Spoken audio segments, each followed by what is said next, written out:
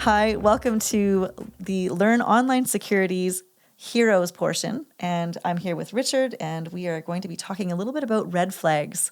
Do you want to kind of dive into that, Richard? Yeah, I had a podcast episode there, which you just watched. And now we're just going to take a little bit deeper. We're going to dive into some specific red flags and stories and things like that we can talk about. So a common scam that's out there is to reach out. So this is one of the things that they look for. So out of office replies.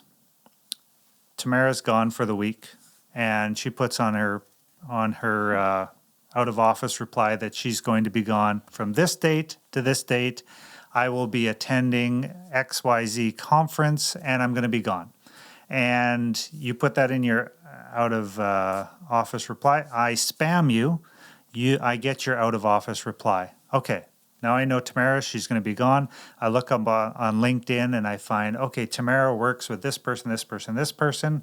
I look on your website. I find out who's your assistant, who's your secretary. And I can learn all of this information by building an organizational profile around you. So why does that matter to me? Well, as a scammer, now I know that Tamara's gone for the week. She's gone to this conference, and she has a secretary. So now I email that secretary while she's at the conference, and I say, hey, this is Tamara. I had to use my personal email because I can't get into my work email for some reason. I have this workshop coming up, and I really need you to do this really quickly for me. And so this could be send me a password reset, do this, do that. Common scam is to actually ask them to buy some Walmart gift cards or some gift cards of some sort and send me the code. And this happens more often than we thought. I know of people who are well known or who really know this topic well, not within our organization, but people that we know. And they were standing in line in Walmart buying gift cards for this scam and saying it wasn't until they were in the act of buying them that they clued in that red flag popped up and said, wait a minute. Why am I buying gift cards? That doesn't make any sense at all. But it's the mixture of urgency and the mixture of everything in the email makes sense. My boss is gone for the week. They're at this conference, this. So there's a whole lot of truth that goes into a really good scam. And they use that truth to then build trust within the email. It's like, oh, okay, this is who I'm actually talking to. And so it's building those red flags in. And through that, you can then, develop further business protocol. Us, for example, our business protocol, we don't buy gift cards for the boss ever. I never ask anyone. Everyone here knows it. I will never ask you to buy anything in person. And so then you get into the world of deep fakes and be like, oh, well, what if my boss calls me and it's his voice on the other end? Well, then you have code words and things like that. But that's interesting. And actually, that did happen to me actually with a plumber.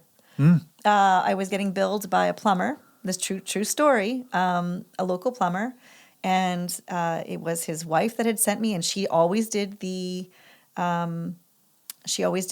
billing, and I had some bills that needed to get, some billing that needed to be done, and they contacted me and said they needed some, I think it was Sephora gift cards, and I was and there was a sense of urgency, and I don't know this person very well, but well enough that I have a business relationship with them, and if they needed something because they couldn't get, and they had some sort of story, they couldn't get there, and they need to send something on time for their daughter, for their birthday, It was sort of that kind of story, and I was standing in line at Safeway, and I was like, what am I doing this for? I don't even know these people that well.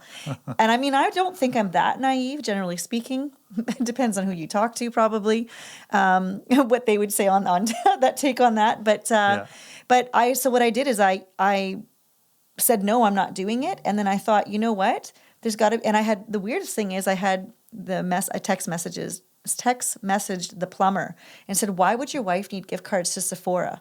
And she had been hacked. It was a Gmail account and they knew it, but they had no way to get into the account to let everybody know, to be aware of this issue. And so, so it was, and I realized it was like a $200 worth of gift cards. So not thousands, but still, I mean, that's money that we could feed our family with. So it was very upsetting. And they were really embarrassed because that was their business. So they were probably emailing all of their contacts for billing. Yeah, it is embarrassing, but it's the world we live in now. And so that's the one big thing about building red flags in is learning this information. And if you are curious about what information is out there about you, we've just launched our Learn Online Security digital footprint, which you can also find on our website. And that service is we will take a look at your stuff. We'll say, okay, Tamara Michéle, what information is out there on the internet about you? We'll find it all, put it in a report for you. We can go as deep as you want, but typically, and the question is, why do I care what information is out there about me? Well, typically that information is the stuff that makes up our passwords. It makes up our security questions. It becomes part of who we are online. And so the more that I know is out there and available about me, so if I can just spend half an hour and I can find your birth date and your social security number and all of these other things, you want to know that because then that information you don't use for anything sensitive. It's like, I already know that my birthday's out there. Someone's going to know my birthday. Therefore, my passwords are not going to include my birthday. That makes sense. And I'm sure it's kind of, close people, close relations, pets. Yes, right? Pets are big. Parents, kids' maiden names. names. Yeah. Right, there's a list of things. And the weird thing is, you'll get a lot of the times where you'll be prompted, say, for questions on like banking apps and that kind of stuff for your security questions. Mm-hmm. Those are the questions they put on there. Yeah, yes. What is your first pet? What city did you get married in? Like stuff that anybody that knows you should know, and it would be probably pretty easy to find out. Incredibly easy to find out. Right? So why use those as security questions? Well, back in the day, that was, stuff that was only known to you or personal family members and therefore was a little bit harder to find out. But it's an archaic method that's been pulled forward and not as many places use it anymore. But even if you get into things and you look at, okay, what's the name of the program? Like Marketplace and some of those that do investigative journalism, and they look at how easy is it for me to break into my bank account? Well, they just call in and pretend to be you and put a baby in the background and things like that, and they can trick the person into giving you sensitive information. And I think they did it with phone companies all the time, breaking into people's phone accounts and switching numbers and things like that. And so there's definitely a lot of ways that information can be used against you. But looking at red flags specifically, if you hear about that gift card scam, anyone asks you to get a gift card for them, just say no. I'll come down and give you cash. Yeah, and get a hold of the person, right? And get a hold of them, double check. And if you can't get a hold of them, you don't give anything away, I'm assuming. Yeah. Okay, all right. And even if you do get a hold of them and they sound sketchy, be like, I want to meet you in person to make sure that you're actually talking with who you're talking to.